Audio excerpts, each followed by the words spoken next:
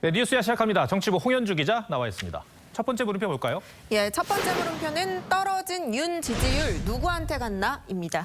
윤석열 전 총장 지지율이 하락세인 거는 맞는데 근데 그 떨어진 지지율이 어디로 갔을까도 궁금해요. 물론 정확한 분석은 어렵겠습니다만 추측은 가능할 것 같습니다. 네, 그렇습니다. 지금 현재 대선 주자들의 지지율 윤석열 하락세, 이낙연 상승세로 요약됩니다.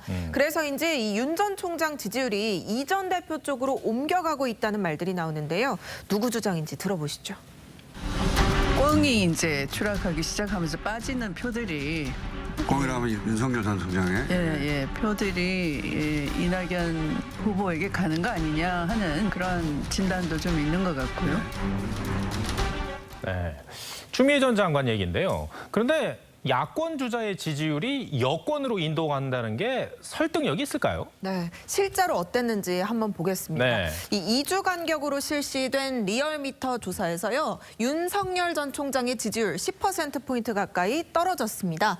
반면 이낙연 전 대표의 지지율은 8%포인트 가까이 상승했는데요. 하지만 지지율이 이낙연 쪽으로 갔다는 분석은 비과학적인 접근이라고 전문가들은 지적합니다. 네.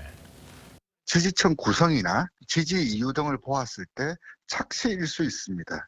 실제 정확한 지지율 변동 흐름을 보려면 패널 추적 조사 등 정교한 조사가 필요합니다.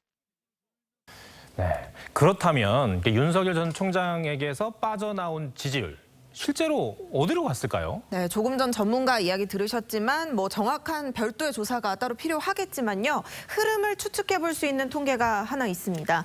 자신이 선호하는 후보가 불출마했을 때 차선으로 누구를 선택할 거냐라는 겁니다.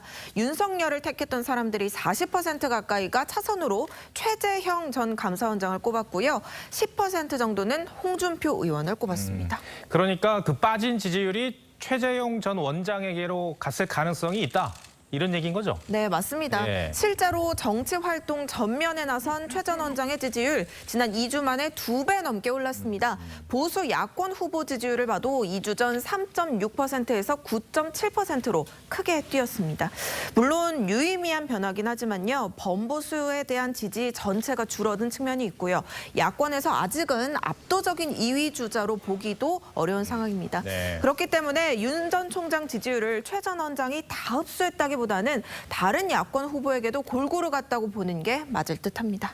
첫 번째 물음표 정리해 주시죠. 예, 첫 번째 물음표 떨어진 윤 지지율 누구한테 갔나의 느낌표는 누가 떨어졌는지는 확실하다로 하겠습니다. 네. 윤 전 총장 지지율이 어디로 가는지는 불분명해도요. 어디서 떨어지는지는 확실합니다. 바로 중도층인데요. 중도층의 33.2%가 이 윤 전 총장을 지지했다가 22.6%로 2주 만에 줄었습니다. 윤 전 총장이 입당하지 않는 이유가 바로 중도층과 호남 때문이었는데 이 떠나간 중도층과 호남 표심 어떻게 되돌릴지 방안을 찾는 게 필요해 보입니다. 알겠습니다. 두 번째 물음표는 뭘까요? 예, 두 번째 물음표는 대선 불출마 안 경선 룰엔 왜입니다. 네, 이 국민의힘과 국민의당의 합당 문제가 많이 얘기가 됐었는데 지금 좀 지지부진한 그런 상황인 것 같아요. 그런데 이 합당 논의 과정에서 대선 경선 룰이 쟁점이 됐다. 이게 무슨 얘기입니까? 네, 이 합당을 논의하는 양당의 실무 협상단 꾸려진 지 지금 한 달이 넘었는데요. 상대에 대한 비방만 가열되고 있습니다.